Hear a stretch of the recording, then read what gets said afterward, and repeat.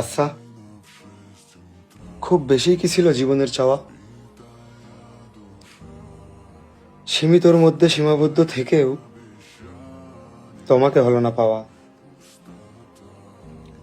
তারপর এক অদৃশ্য সাম্যের খোঁজ। একটু ভালো থাকতে গিয়ে দেখি নিজেই নিজেকে হারিয়ে ফেলছি রোজ। তবে তোমার আর আমার মধ্যে এতটুকুই ব্যবধান, আমার একটু অভিমানে তুমি হতে অপমান,